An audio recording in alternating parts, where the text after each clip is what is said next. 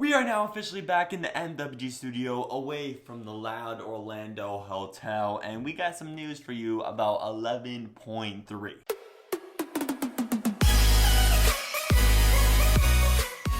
In the last video, when Apple announced their new 9.7-inch iPad, I didn't tell you when it was going to release. And now it turns out it's releasing today. Today on March 31st. I think it's March 31st. It's releasing today on March 31st. And one little sad thing I came across going on the Apple.com website, I have now realized that the iPad mini is never going to get a refresh and is about to die. The new 9.7-inch iPad, which is 9.7 inches screen wide, that's it, starts at $330.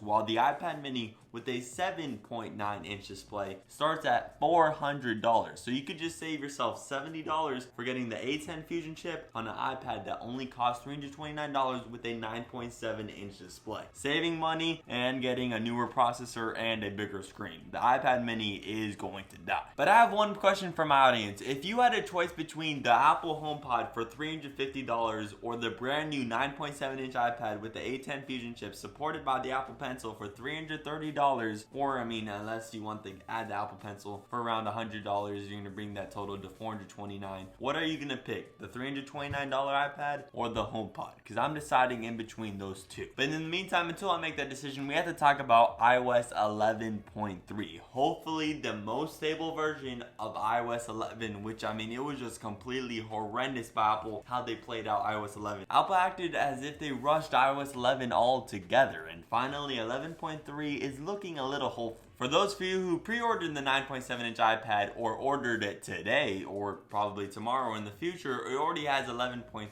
running on it, so you don't even have to upgrade it. But the rest of us, you can now upgrade it if you have a capable device, such as, the iPhone 3 is definitely not close to running on iOS 11.3, but all the other updated phones sure will. Every single time Apple releases the 0.3 version of the iOS, it always has a nice little feature in that. 10.3 had the night shift mode, such as 9.3, 8.3, all these little features, and I always love to see what Apple's gonna put in the 0.3 update, because we're pretty close to iOS 12, just about like 4 months away. So what features are Apple gonna sneak in there until 11.3? It turns out Apple has fit a pretty good chunk of features into 11.3, such as the first feature I'm gonna talk about, iPhone battery health, which is actually in beta. Do you remember a couple months ago when Apple blatantly said that they slowed down older iPhones to preserve the battery life? Well, this was the feature that Apple kind of proposed in the betas after that news, which everyone was shocked. They were like, hey, I told you so that Apple slows down older iPhones. And all iPhone users were like, well, I guess so. What can I do? Well, now if you upgrade to iOS 11.3 and you have an older iPhone with an older battery, because remember, Apple is slowing down the processor to preserve your battery life. You no longer hear the issues of your iPhone 5S or iPhone 6 or iPhone 6s dying at 10, 20, and 30%. That's because Apple slowed down the processor, not needing that much energy from the battery anymore. So if it was wanting that full processor, the battery wouldn't provide it. If the processor was running at 100%, the battery was going to run out faster, and the battery would just sometimes shut out or just cut out at 30, 20, and sometimes 10%. With Apple slowing down all the older processors along with the older batteries, it prevents this dying at the 50% or the 10% or the 30%. It prevents all that and preserving your battery life. Slower phone, but better battery life. Depends on which one you want. And now you could choose with this new iPhone battery health in beta. You can now turn on or turn off the feature of Apple slowing down your older phone. For me, it's not even an option with my iPhone X. It's at 100% of a battery, which I kind of don't believe at all. It's got to be at like 98% or 99%. Remember, this is a beta, so their accuracy is probably not straight on right there. But at least now you have the option of whether or not you want the feature of Apple slowing down your older processor to preserve the battery life. And also the iPhone battery health beta also tells you if you should replace your battery or not for $30. Did I mention it's only $30? What a bargain. But that's not the only thing that comes with iOS 11.3. There's also 4 new Emoji, including the lion, the bear, the dragon, and the skull.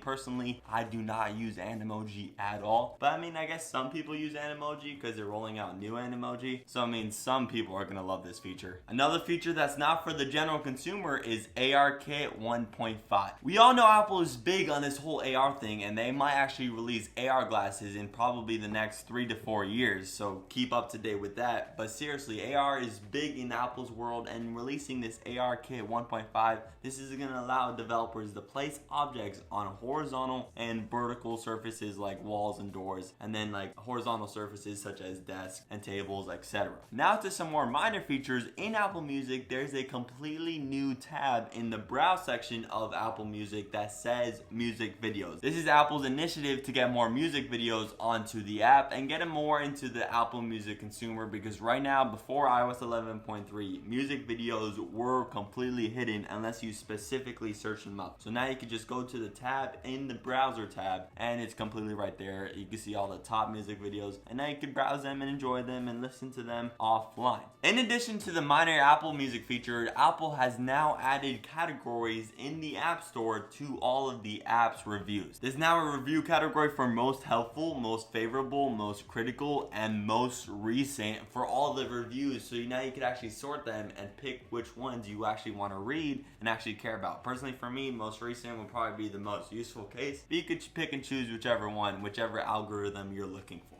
The last feature that is in iOS 11.3 is how stable this iOS 11 version is. iOS 11 has been a complete mess up until iOS 11.3, along with this new Emojis, iPhone Health Beta management system that's in beta. All these features are cool, but what mostly matters is that iOS 11.3 is stable and you're gonna get more battery life, less bugs, and this is overall just a great update to go into. You might want to wait like a couple days to see if any bugs come up, to see if Apple releases 11.3.1, but so far it's running perfectly fine for me, and I completely recommend anyone to upgrade to iOS 11.3, especially if you want any of the features or you just want the most stable version, especially for your iPhone X. But that's it for me. I'd love to hear your opinion about iOS 11.3 in the comment section below. And while you're doing that, make sure you like the video and hit that bell icon to stay notified whenever I post a video. And while you're doing those two things, make sure you smash that subscribe button right here to stay informed, and I'll see you in the next one.